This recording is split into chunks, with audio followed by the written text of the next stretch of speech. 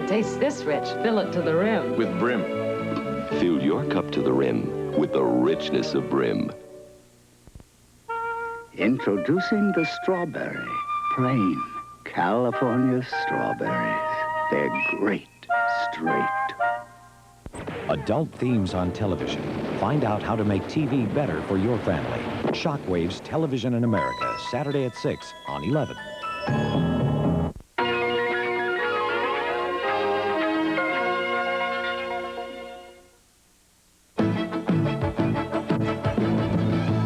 From the Twin Cities Action Center, News 11, your new choice for news, with Paul Majors, Diana Pierce, Tom Ryder on sports, and meteorologist Paul Douglas.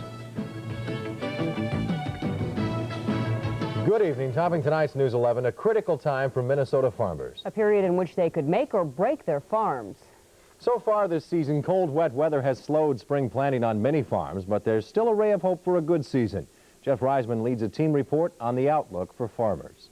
Farmland in Minnesota is being prepared for the 1984 growing season, but progress is being slowed by wetter than usual conditions. There is standing water in many fields. The southern and northwestern parts of Minnesota are especially hard hit with heavily moisture-saturated farmland, but the situation is not yet critical. Really, at this point, we're in the time of year where we have some leeway. It's always a late spring in some parts of the state. Other parts of the state are already making good progress. In Minnesota, oats are 52% planted, far ahead of last year's rate at this time, also ahead of normal. Spring wheat is being planted this year at twice the rate of last season, and about even with normal. Corn plantings are slightly behind both 1983 and the normal rate. Because of the moisture, sugar beet plantings this season are way behind last year and the normal rate. Here at the Minneapolis Grain Exchange and in other places, the prices for most crops could become clearer by the end of June. That's when a major report is due out on farm production and acreage planted. It's our first step in arriving at production for 1984. How much is going to be produced? You know, what's going to be available for export? Most of these traders at the Minneapolis Grain Exchange are bidding on the prices for future crops, which now are stable to up slightly. But it's what happens out here over the critical next 3 weeks that should help determine how good the 1984 state farm picture will be, what kinds of prices we will be paying as consumers, and what kinds of prices farmers will get for their products. Now Ad Stevenson takes a look at financial problems on the farm.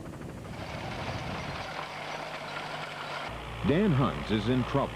The seeds he's planting were paid for with borrowed money. Last year, with an income of $100,000, he kept only $2,000 in profits. Now, high interest rates are threatening to push him further and further into debt. I haven't talked to anybody that'll say they made money last year, or even possibly the year before. I mean, everybody is hurting to one degree or the other.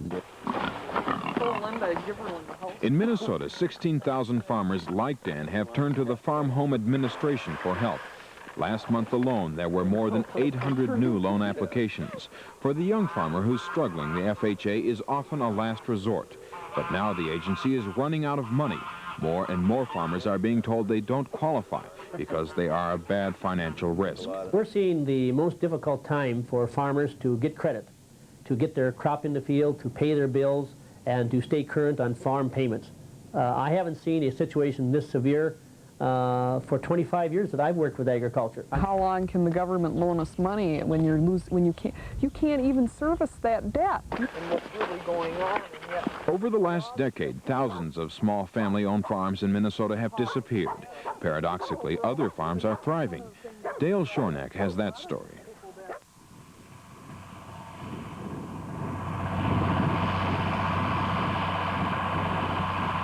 Jim Raymond farms nearly 150 acres of land and milks more than 50 head of dairy cattle.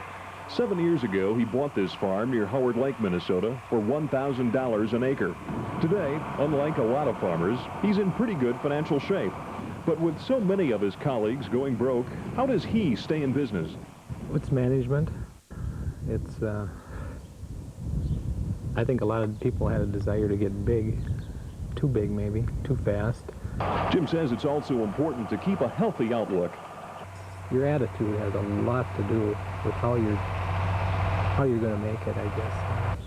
think it's the mental part of it, a lot to have to do it. If you can't handle the debt load mentally, it's a big thing too. But no matter how good a farmer is at running his business, he's still at the mercy of the elements. Dale Shornack, News 11. And tonight, the state's Commissioner of Agriculture says it's about time Minnesota got into the marketing business. Jim Nichols says better marketing would help reduce the state's surplus of milk and milk products. Nichols asked a group of farm broadcasters for their help in encouraging people to find new and different ways to use farm products. Diana? And farmers in South Dakota are seeking federal disaster relief tonight to help pay for heavy losses from last week's 3-day snowstorm. Thousands of sheep and cattle died from cold and exposure. Mountains of bills have followed the mountains of snow, affecting almost every part of the Black Hills economy. The cost of digging out has caused serious trouble for local governments and utility companies. If approved, federal disaster money would pay for low-interest loans to those hardest hit by the storm. As if you didn't know, this has been an incredibly bad weather year. This winter, severe storms closed cities, killed hundreds, and ruined thousands of acres of fruit and vegetable crops down south. And when springtime came, Mother Nature unleashed her anger with tornadoes and heavy rains.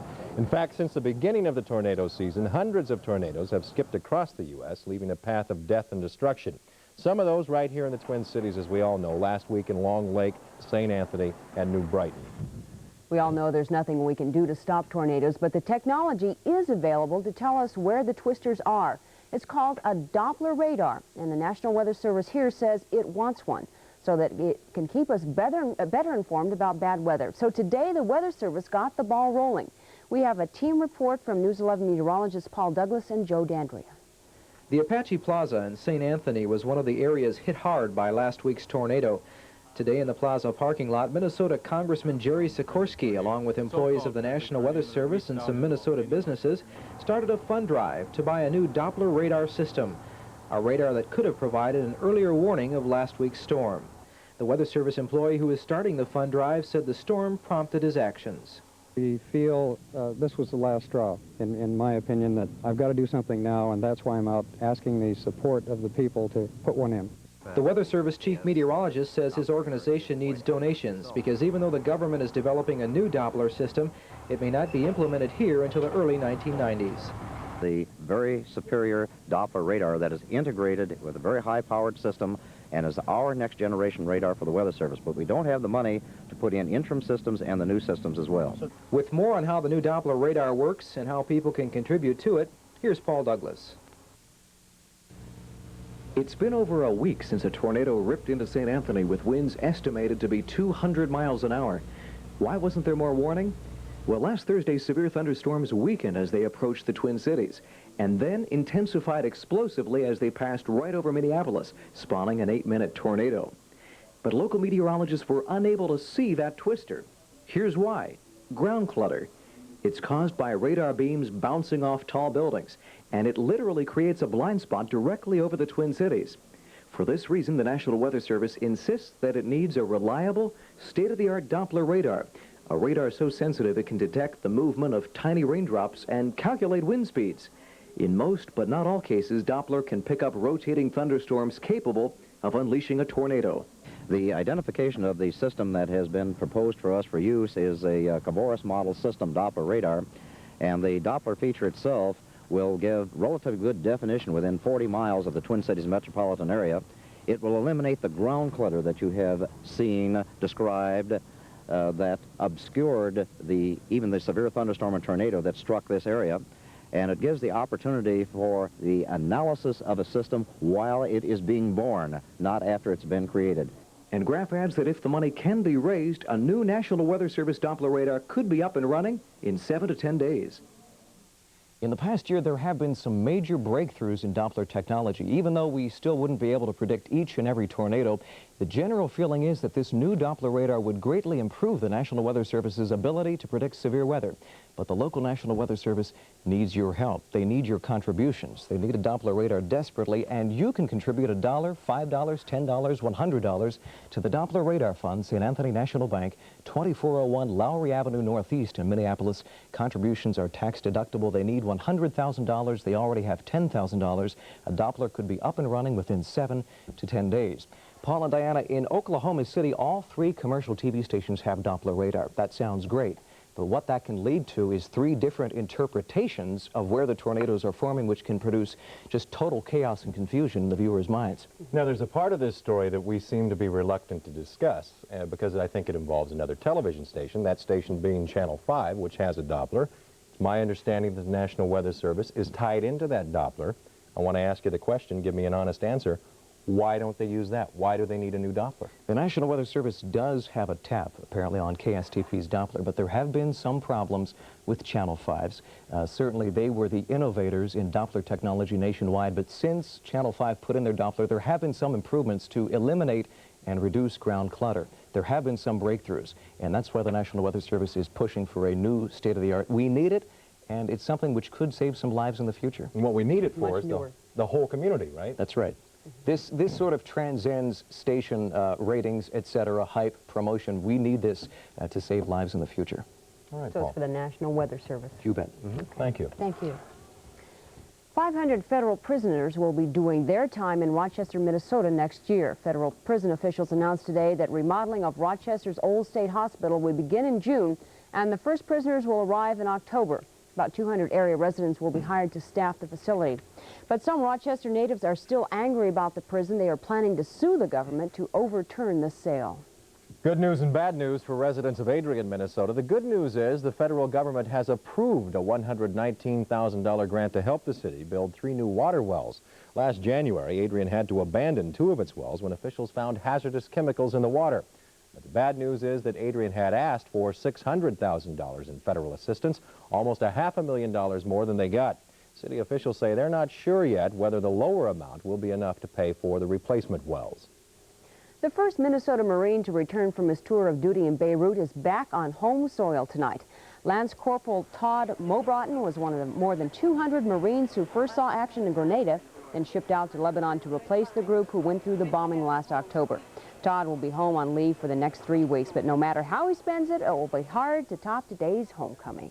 Feels really good. It feels fantastic, I have to say. It's so good to have him home, and I'm so proud of him.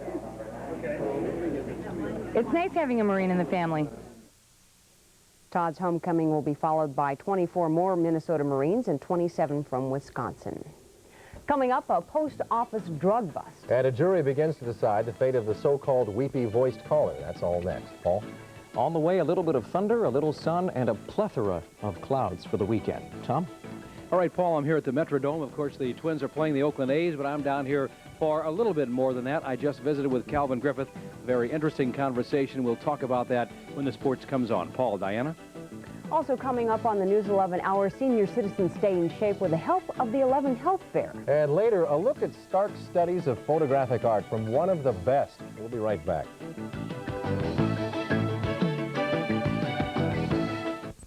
An exclusive Diamond Edition sale from your Twin Cities Subaru dealers. Your dealers have made a special purchase of over 150 special Diamond Edition Subarus, all specially equipped, all very specially priced. Every Subaru model is included, 2-door models, 4-door models, 4-wheel drives, even station wagons. If you're considering a new car, stop in to see any one of these Twin Cities Subaru dealers for the buy of a lifetime. Are you still using AT&T instead of MCI for long distance? Well, I hope you're happy. Because by not using MCI's more modern, up-to-date system, all you're doing is taking money out of your pocket and handing it over to AT&T. Well, not that they don't appreciate it. They do. In fact, every month they send you a thank you note. It's called the bill. Call MCI now. Join Burt Lancaster and nearly 2 million others saving up to 30, 40, even 50% on their out-of-state calls. Mint. Pure. Creamy. Refreshing. Whipped into a fresh, creamy center. Covered with just the right amount of rich, dark chocolate. And captured in every box of Junior Mints. Junior Mints, the freshest, creamiest mints this side of paradise.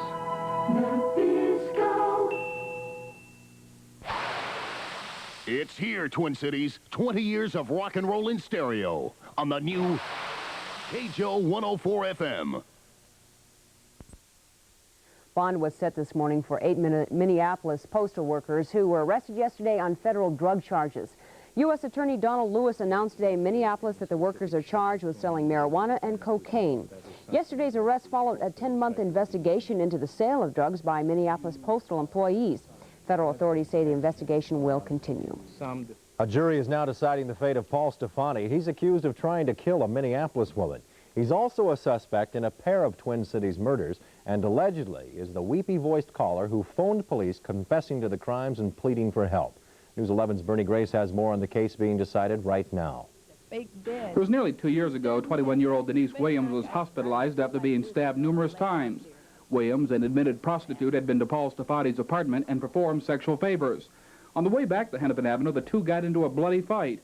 The jury must now decide whether Stephani attacked Williams or, as the defense maintains, Williams attacked Stephani to get even with him. Defense attorney Jim Krieger told the jury Williams was angry she wasn't paid the full $100 for sexual favors, so she banged a bottle over Stephani's head. Krieger adding, in the ensuing fight, Paul Stephani did not intend to kill her. He was in a frenzy after being struck in the head. But prosecutor John Ryan says it was Stephani who attacked first, adding Stephani stabbed Denise Williams 15 times with a Phillips screwdriver, and he did not stop and wouldn't stop if Doug Penning didn't come to the scene. Penning responded to Williams' cries for help. So the 11 women, one-man jury must decide who's telling the truth. Did Stephani attack Williams or Williams attack Stephani? Even if the jury does find Stephani not guilty of the attempted murder charge and the assault charge, he would not go free, because Stephani is also charged with first-degree murder in the 1982 stabbing death of Minneapolis woman Barbara Simons. No trial date has been set in that case. Bernie Grace, News 11, Minneapolis. And in the South Dakota white slavery trial of a St. Paul man, the jury said guilty today. 60-year-old Alfred Leamus was accused of transporting young girls across state lines to engage in prostitution. Leamus claimed he didn't know the girls were minors and he brought them to South Dakota for topless dancing, not prostitution. The jury deliberated for 2 days before returning the guilty verdict. Sentencing is set for June 4th, and Leamus could face up to 10 years in prison and a $10,000 fine. The Minnesota Orchestra will be losing one of the most popular music directors it's ever had. Neville Mariner announced today that he will be stepping down when his contract expires in 1986. Mariner is world famous for his many recordings. He says he is leaving to pursue commitments in Europe. Still coming up, a look at how we're changing the weather accidentally every day. Paul Douglas will explain in his final report on modifying the weather as the News 11 hour continues. We'll be right back.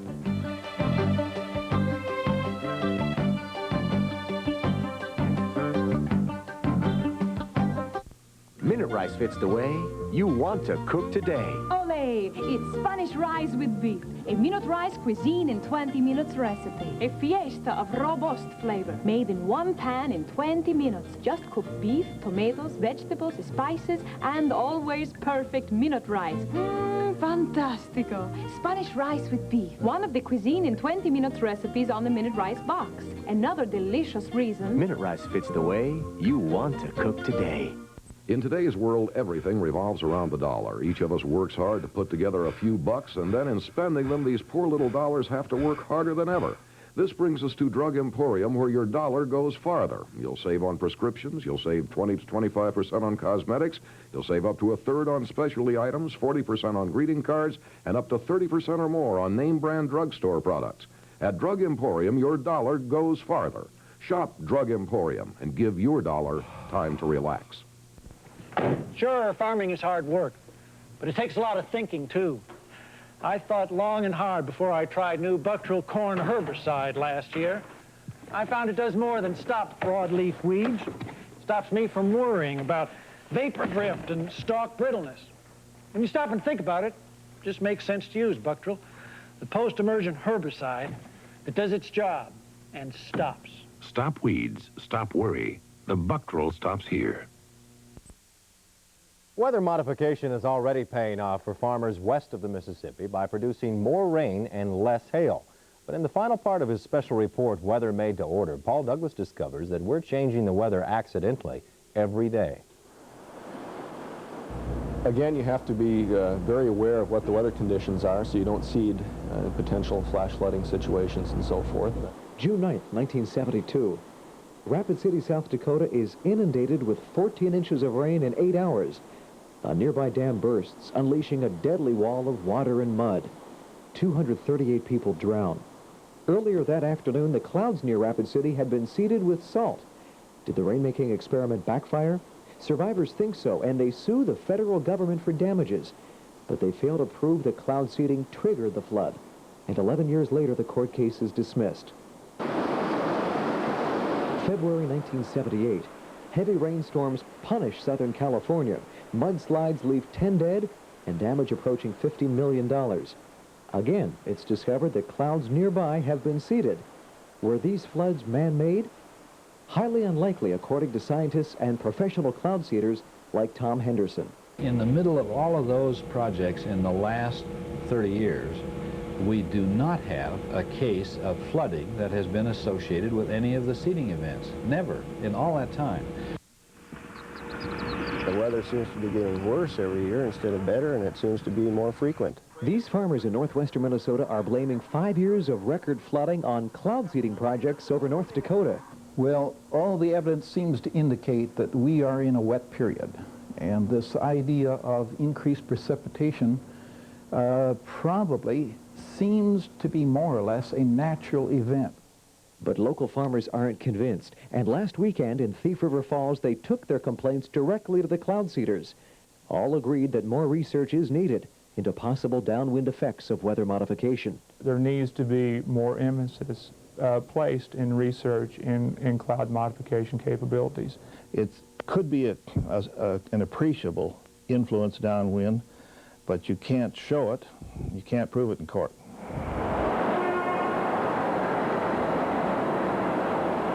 Nothing is more annoying than a rainy day in the city. But ironically, large cities can actually trigger more rain, more flooding, even more hail downwind over the suburbs. In 1977, scientists wrapped up a 6-year study of St. Louis, Missouri, and its impact on local weather. The Metromex project concluded that city smoke and heat sparked a 30% increase in summer rains downwind. Thunderstorms were 45% more common, and reports of hail doubled. Minnesota State climatologist Earl Kinnis believes there is some evidence that the Twin Cities may be generating more rain downwind over Wisconsin. Yes, we see it wet up in there, and I think there is an effect. Studies show that dense fog is more likely to form near large cooling towers, and jet contrails may be blocking out sunlight, leading to cooler temperatures on the ground.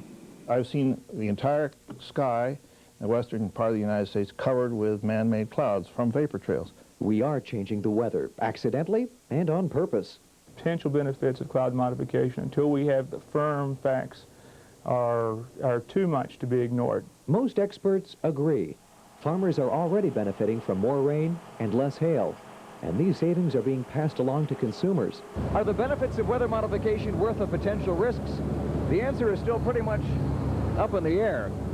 Atmospheric scientists believe that more research needs to be done, but cloud seeders argue that they can save millions of dollars for American farmers this year.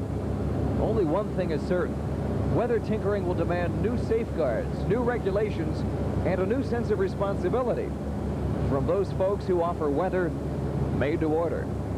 With photographer Jeff Cook and pilot Chuck Sheridan, some 16,000 feet above California, I'm Paul Douglas for News 11. And we have some good news. Mike Igo was spotted in the editing booth late last night, and he confirmed that his reports will return starting Monday on the News 11 Hour. Monday's story should be of special interest, especially if you thought about spending money on diet products. So join Mike in Action 11 then. Ooh, I'm going to have to listen to that. You bet. Coming up, band battling in Bismarck. And Paul Douglas says Mother Nature is going to have a hard time figuring out what to do this weekend. Not Paul, he's got it figured out. Mother Nature just doesn't have herself figured out. Anyway, Paul's forecast is coming up, and he'll make more sense than I just did.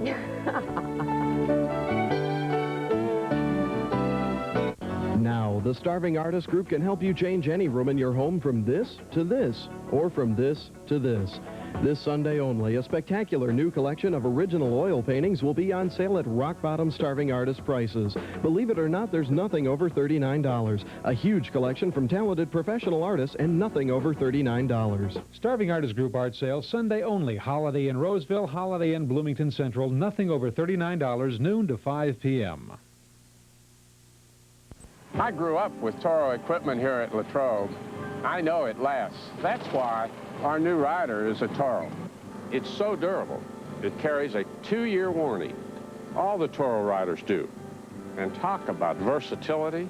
It side discharges, vacuums leaves, mulches, even bags. And it makes one heck of a golf cart. Buy a rider now and get up to $300 in free accessories.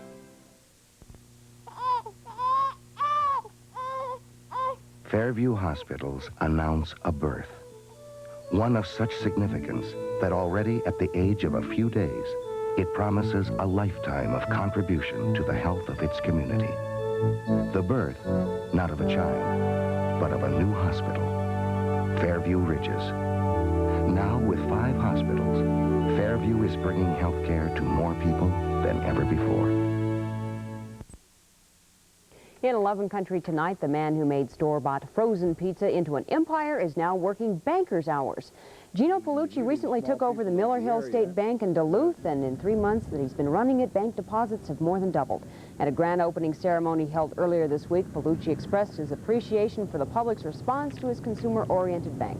He said the bank was purchased to meet the needs of those considered to be small depositors by larger institutions. And in North Dakota, more than 2,500 high school students have gathered at Bismarck Junior College to compete for top state honors in musical abilities. This is the 11th year in a row that the High School Music Festival has been held at the college and draws the state's best musicians and vocalists. 20 judges from 5 different states had to pick the best of the best today, and that must have been a tough decision, as you can hear. I want to digress here for a little bit. We all have to go to work, right, when we don't feel maybe 100%? Diana is a real trooper today. She bit the inside of her mouth. When was it, last night?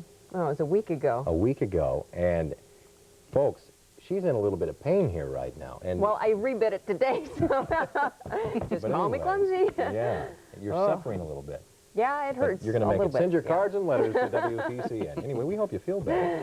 I'm just trying to get through. Today. You can sip on something cool here while I babble about the weather. Okay. Yeah, give your mouth a couple of minutes rest here. But this whole weather series, do you realize it is not outside the realm of possibility that somebody in Wisconsin could someday sue the Twin Cities for accidentally sparking a hailstorm or a man-made flood? The Twin Cities are inadvertently affecting the weather downwind. It's a fascinating field, and I think it's going to keep a lot of attorneys well paid over the next couple of years. The whole aspect of weather modification, who gets what rain, who decides, who has a right to tap the water in the sky. But there certainly are some benefits. I wish we could modify the weather for the weekend. Doesn't look too good right now. We want to check the radar as of 3, you laugh. We want to check the radar as of 3 o'clock this afternoon. You can see some of the storms that unleashed small hail. Up in northern Anoka County and up towards Chisago County, some reports of marble and pea-size hail. And this is the radar over the last 3 hours.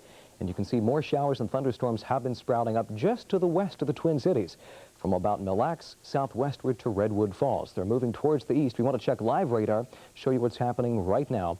And there you can see some heavy weather just to the west of the metro area. From about Elk River, southward to Buffalo, southward to Glencoe and Wilmer, they're moving towards the east. If you're heading out this evening, thunderwear, highly recommended. Grab an umbrella or something waterproof. There could be some grumbling and rumbling outside your window. A good chance of showers this evening. There will be some drying tomorrow. The next threat of significant rain will come on Sunday. Earlier today in our backyard, enough peaks of sunshine for a high of 59 after a low of 42. Rainfall so far, just a trace. There's your sunrise and sunset. Right now in the backyard, it is cloudy, a few sprinkles, 57, a southwest wind at 15. The relative humidity right now, 55%, and the barometer 29.64, and it's now falling. Lows around the nation this morning, 60s and 70s over the southeast, 20s and 30s. The weather map still looks more March-like than May-like. And this big temperature extreme responsible for howling jet stream winds, which in turn are spinning up a rash of tornadoes. We've already seen over 500 tornadoes nationwide during a typical year. During 12 months, we only see 730 twisters, so we're way ahead in the tornado category. Reports of hail north of the Twin Cities this afternoon. A couple of funnel clouds and tornadoes. Tornado warnings had to be issued for Valley City and Jamestown. No reports of serious injury or damage. Flash flood watches up for the northeast and a severe weather watch in effect for much of the middle Atlantic states. Here's the storm. It's an Alberta Clipper. It's racing southeastward. It'll produce some showers and thunderstorms this evening. Skies will try to clear out behind this Alberta Clipper tomorrow, but any clearing is going to be very brief. You can see the clouds now producing showers and even some thunderstorms. And on Super Radar, you can see where the heaviest weather is now from the Twin Cities westward to about Bismarck, North Dakota. On the nowcast, lots of rain just to our west, temperatures generally in the 50s and 60s. Again, if you're heading out this evening, grab an umbrella. It could get wet and noisy in a hurry. Here's the 11 outlook for it tonight. A good chance of showers, maybe a heavy thunderstorm where you live, 42 to 47. And then for tomorrow, the nicer day of the weekend. As it now looks, variable clouds, a risk of a 5-minute shower, but there could be some peaks of sun thrown in too, a high near 60. Sunday, another storm forecast to spin up over the plains, could produce some rain, maybe some tornadoes over the middle Mississippi Valley, 56. Some sunshine Monday, 58. Tuesday, a shower and a high of 56. Paul and Diana, I guess you're probably pretty sick of looking at me right about now, so I will gracefully make my exit, or not so gracefully, from the backyard. We'll have an update at 10. All right, Paul. Thank you very much.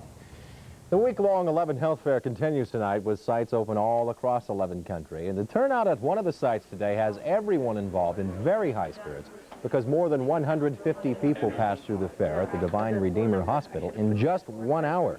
That's more than the total number who participated at that location in all of last year. Diane Rossi is out at the site right now with more on this record-breaking day. Diane, what are you doing? Well, hi, Paul, Diana. I tell you, I'm out here at St. Paul Divine Redeemer Hospital. It has just been a fantastic day. They have hit over 200 people as of right now. And I'll tell you, I'm sitting here, everybody's having a great time. I'm playing on this computer, trying to figure out how nutritionally fit I am. I tell you, I don't think I like what it's telling me so far. But we'll play around with it a little bit more here. More and more people seem to be coming out this week to find out what they can do to lead healthier lives. What I want you to all realize is we're here. This is Senior Citizens Day, and the seniors were finding out that it's just as important for them to stay physically active as it is for younger people. But it should be fun at the same time. If it becomes painful, they've got to learn to quit, or just don't push them. It's just got to be a very gradual and enjoyable activity, a recreation program. So after baring their toes, the group started to warm up. Lots of breathing and slow movements. But as soon as the blood was pumping, it was up out of those chairs for the toe touchers. Well, almost toe touchers. Now, can you bring Knuckles to the floor? Oh, you're kidding. Big Knuckles. Oh, sure. The crowd was big at the start, but it quickly dwindled down until only the diehards were left. And they enjoyed the demonstration. Yeah, it feels me better because